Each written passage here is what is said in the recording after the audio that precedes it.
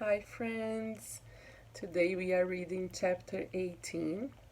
As I told you in the introduction of last chapter, today we will see some angels visiting Abraham. He doesn't know that they are angels, but in any case, he treats them well, he shows hospitality and takes care of them.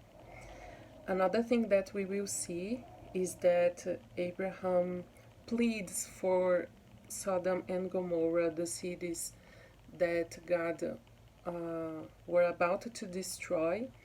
And his argument to God is something like, "Oh Lord, will you destroy a whole city to the detriment of righteous people? If you find there ex righteous people, will you spare the city?" And he goes like bargaining, you bargaining on in favor of the righteous people. He imagines there will be at least 10, but we will see that the city doesn't have even 10 righteous people, and God's end up by destroying everything. But let's read. Please pay attention to these actions, to these things, and as we pay attention to some things, I will try to highlight before we start reading the chapters. It gets easier to understand and see how things are happening. Okay, let's read. 18. A son is promised to Abraham. The Lord appeared to Abraham at the sacred trees of Mamre. As Abraham was sitting at the entrance of his tent during the hottest part of the day, he looked up and saw 3 men standing there. As soon as he saw them, he ran out to meet them. Bowing down with his face touching the ground, he said, "Sirs, please do not pass by my home without stopping. I am here to serve you. Let me bring some water for you to wash your feet. You can rest here beneath this tree. I will also bring a bit of food. It will give you strength to continue your journey. You have honored me by coming to my home, so let me serve you." They replied, "Thank you, we accept." Abraham hurried into the tent and said to Sarah, "Quick, take a sack of your best flour and bake some bread." Then he ran to the herd and picked out a calf that was tender and fat, and gave it to a servant who hurried to get it ready. He said,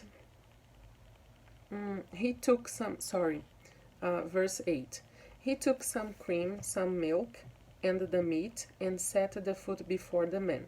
There, under the tree, he served them himself, and they ate. Then they asked him, "Where is your wife? Where is your wife Sarah?" "She is there in the tent," he answered. One of them said, 9 months from now I will come back, and your wife Sarah will have a son." Sarah was behind him at the door of the tent listening. Abraham and Sarah were very old, and Sarah had stopped having her monthly periods. So Sarah laughed to herself and said, "Now that I am old and worn out, can I still enjoy sex? And besides, my husband is too old." Then the Lord asked Abraham, "Why did Sarah laugh and say, 'Can I really have a child when I am so old?' Is anything too hard for the Lord?" As I said, 9 months from now I will return, and Sarah will have a son. Because Sarah was afraid, she denied it. I didn't laugh, she said.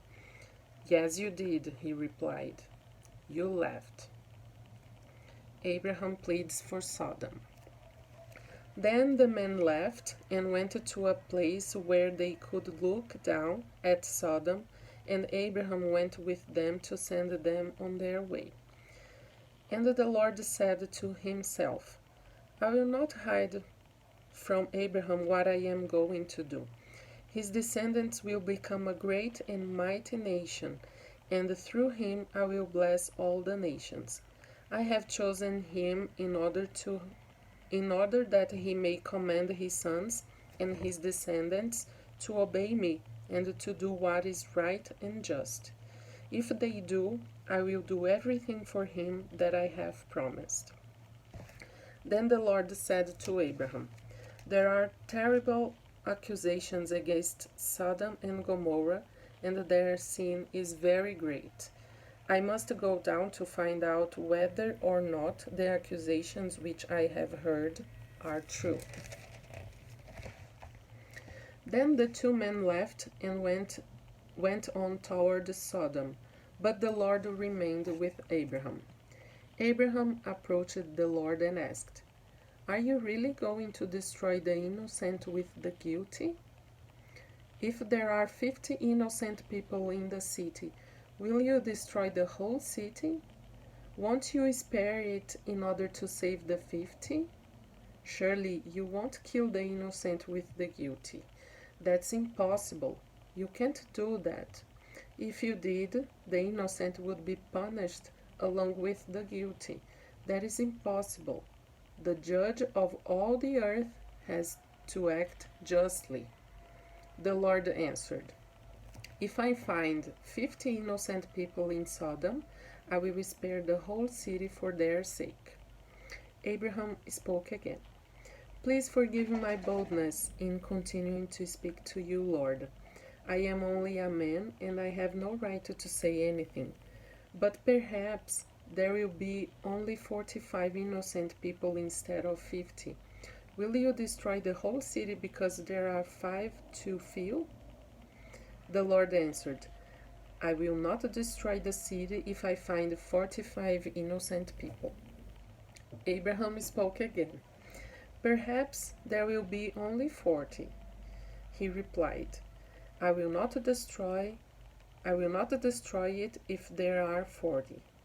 Abraham said, Please don't be angry, Lord, but I must speak again. What if there are only 30? He said, I will not do it if I find 30. Abraham said, Please forgive my boldness in continuing to speak to you, Lord. Suppose that only 20 are found. He said, I will not destroy the city if I find 20. Abraham said, Please don't be angry, Lord, and I will speak only once more. What if only 10 are found? He said, I will not destroy it if there are 10. After he had finished speaking with Abraham, the Lord went away and Abraham returned home. So he stopped at the 10 righteous people. Let's see if there are 10 people, 10 just people there. Next chapter we will see it, okay? See you tomorrow.